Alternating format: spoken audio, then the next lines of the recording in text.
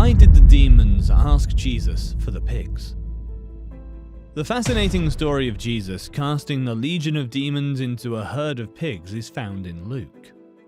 The story begins as Jesus travels in the hilly region east of the Jordan River. This is the mostly Gentile area of the Decapolis, the Gentile cities of the broader region. Then they sailed to the country of the Gerasenes, which is east of Galilee. Now, when Jesus stepped out on land, he was met by a man from the city of Gerasa, who was possessed with demons.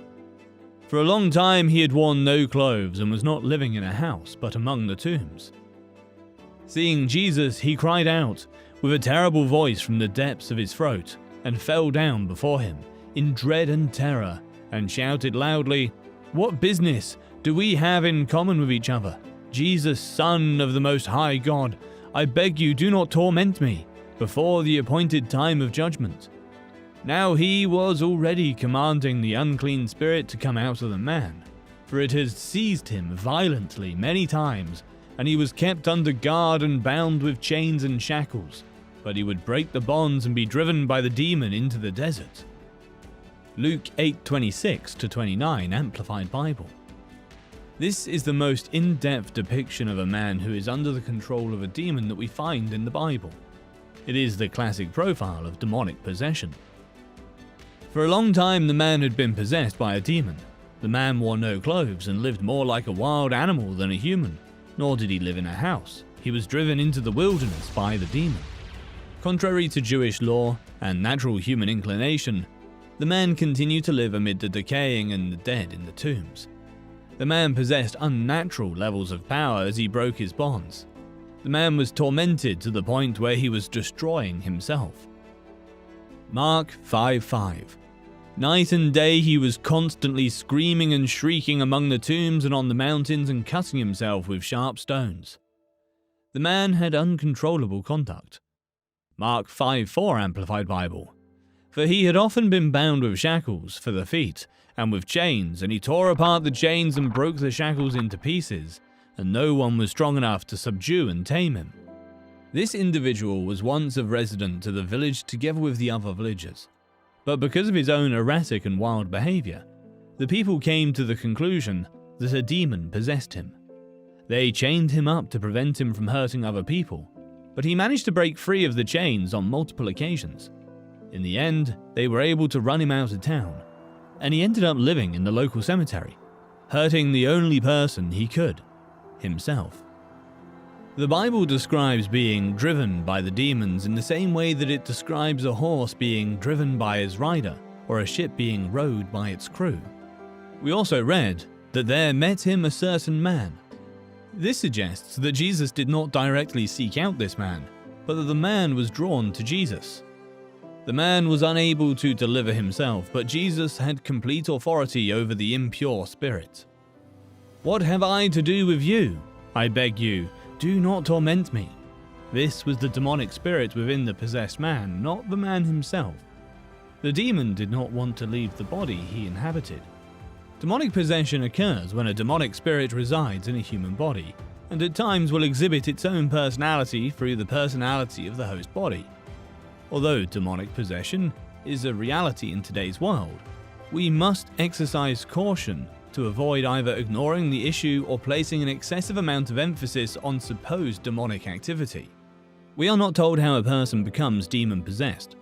Superstition, supposedly harmless occult games and practices, spiritism, New Age deception magic, and other practices open the door to deception for the believer and real demonic danger for the unbeliever. People frequently become involved in the occult or demonic things because there is something there that appears to work. Unfortunately, it is a someone at work, a demonic spirit. Demons want to inhabit bodies for the same reason that a vandal wants a spray can. A body is a weapon that can be used in their attack against God. Demons also attack men because they despise the image of God, and so they try to debase and grotesque him. Demons have the same goal in Christians, to wreck the image of God, but their tactics are restricted. In regards to Christians, demonic spirits were disarmed by Jesus' work on the cross. though they can both deceive and imitate Christians, binding them with fear and unbelief. Colossians 2:15, Amplified Bible. When he had disarmed the ruler and authorities, those supernatural forces of evil operating against us, he made a public example of them, exhibiting them as captives in his triumphal procession, having triumphed over them through the cross. We read, "I beg you, do not torment me." This was an ironic remark because the man was frequently plagued by the demons overpowering him in body, mind, and soul. Yet he thought that Jesus might torment him. Luke 8:30-33, Amplified Bible. Then Jesus asked him, "What is your name?" And he answered, "Legion," because many demons had entered him. They continually begged him not to command them to go into the abyss. Now a large herd of pigs was feeding there at the mountain. The demon begged Jesus to allow them to enter the pigs, and he gave them permission. Then the demons came out of the man and entered the pigs, and the herd rushed down the steep bank into the lake and was drowned. What is your name? To gain authority over the demon and deliver the demon-possessed person, Jewish exorcists of the time required knowledge of the demon's name. However, Jesus did not use the name. He learned in this exchange. He had authority over demons that far exceeded current superstitions. Jesus most likely asked the name of the demon so that he could understand the full scope of the problem, knowing that the man was filled with many demons, not only one. A Roman legion usually consisted of 6,000 men. This implies that the man was possessed by a large number of them. They begged him that he would not command them to go out into the abyss.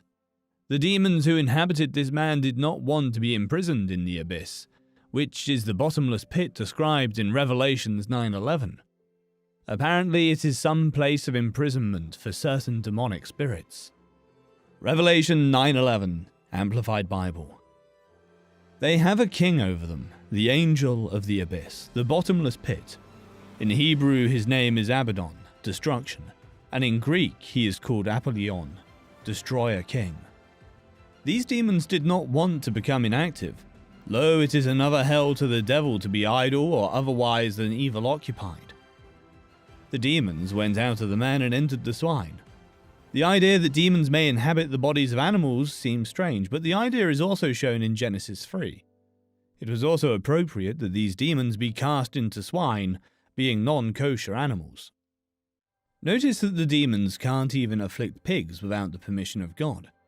Since a demon cannot enter even into swine without being sent by God himself, how little is the power of the malice of them to be dreaded by those who have God for their protection and protector. Satan would rather vex swine than do no mischief at all.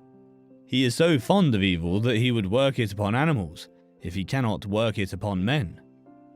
Jesus allowed this because the time of the total demonstration of his authority over demons had not yet come. It would come at the cross. Colossians 2:15 tells us, at the cross, Jesus disarmed demons in their attack on believers. He made a public spectacle of their defeat, and he triumphed over them in his work on the cross. Colossians 2:15, Amplified Bible. When he had disarmed the ruler and authorities, those supernatural forces of evil operating against us, he made a public example of them, exhibiting them as captives in his triumphal procession, having triumphed over them through the cross. Demonic spirits caused the herd of pigs to act erratically, causing them to run wild down the steep slopes into the lake where they eventually drowned. This demonstrated the destructive power of the spirits. They were just like their commander, Satan, whose goal is to steal and destroy everything in their path. John 10:10, Amplified Bible. The thief comes only in order to steal and kill and destroy. I came that they may have and enjoy life and have it in abundance, to the full, till it overflows. This showed the real intention of these demons was. They wanted to destroy the man just as they destroyed the pigs.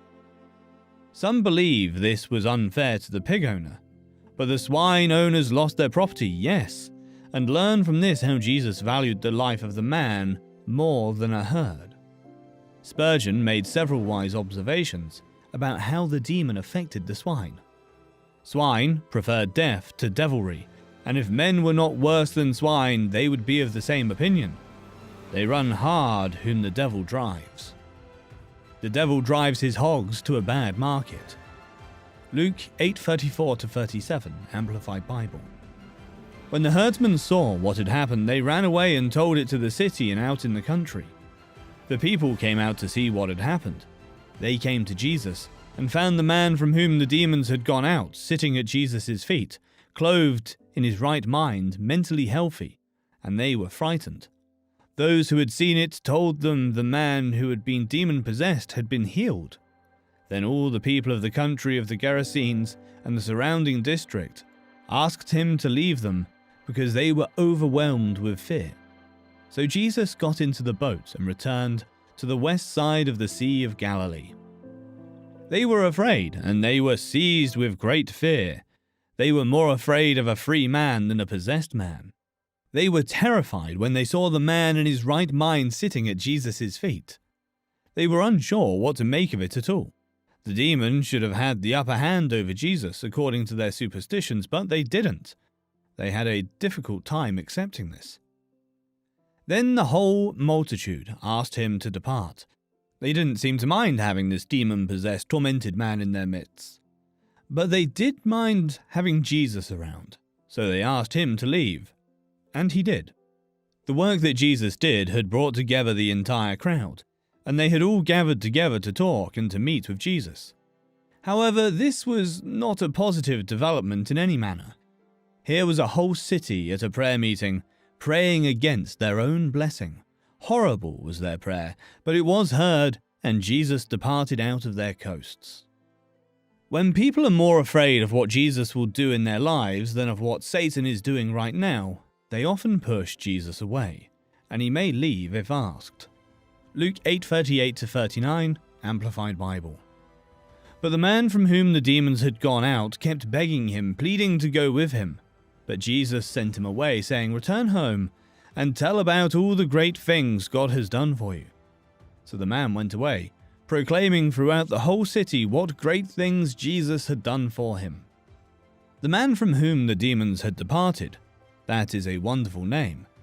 Perhaps for the rest of his life, this man would be known by a name that recalled Jesus' great work for him. At first, this formerly demon-possessed man sat at Jesus' feet, but then he just wanted to be with Jesus, following him as a disciple. Luke 8:35, Amplified Bible. And people came out to see what had happened. They came to see Jesus, and found the man from whom the demons had gone out sitting at Jesus' feet, clothed and in his right mind, mentally healthy, and they were frightened. This man's yearning for Jesus is an illustration of the change that took place in his heart. Before, he was only interested in what Jesus could do for him. But after his encounter with God, he wants Jesus himself. Jesus, however, rebuked him and told him to go away, despite the fact that the guy had a good motive in wanting to follow Jesus. Jesus did not allow him to do so. Jesus was well aware that the ministry he was doing for his own family and the community was of much greater significance than any other work he was doing. It can be challenging for us to comprehend the way that God operates at times. Jesus granted the ill request of the residents of the city, who prayed for him to leave them and depart from their midst, and he did so. The man from whom the demons departed made a godly request that he might be with him, and Jesus said no to that prayer. Naturally, the reasons for this was due to the fact that this man could be a light among the people living in these Gentile cities, in a way that Jesus and his disciples were unable to be. If he did fear, and I feel morally certain that he did, that the devils would return, then of course he longed to be with Christ. But Christ takes that fear from him, and as good as says to him, "You do not need to be near me. I have so healed that you will never be sick again." Spurgeon. He went this way and proclaimed throughout the whole city what great things Jesus had done for him. This was a great message to tell, and a message that every follower of Jesus should be able to preach. His story showed the value of one life to Jesus because this was the only reason why Jesus came to this side of the Sea of Galilee. His story also showed that with Jesus, no one is beyond hope, because if this man could be changed, then anyone can. Jesus told him to tell what great things God has done, and the man spoke to others of what great things Jesus had done. There was no contradiction, because Jesus is God.